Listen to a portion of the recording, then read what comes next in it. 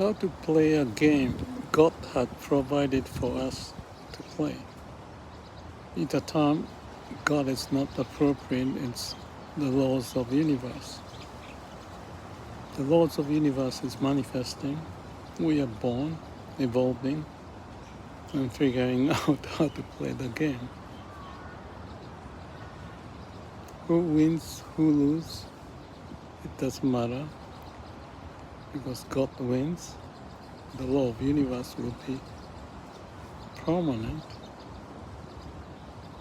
Yet we may find a way to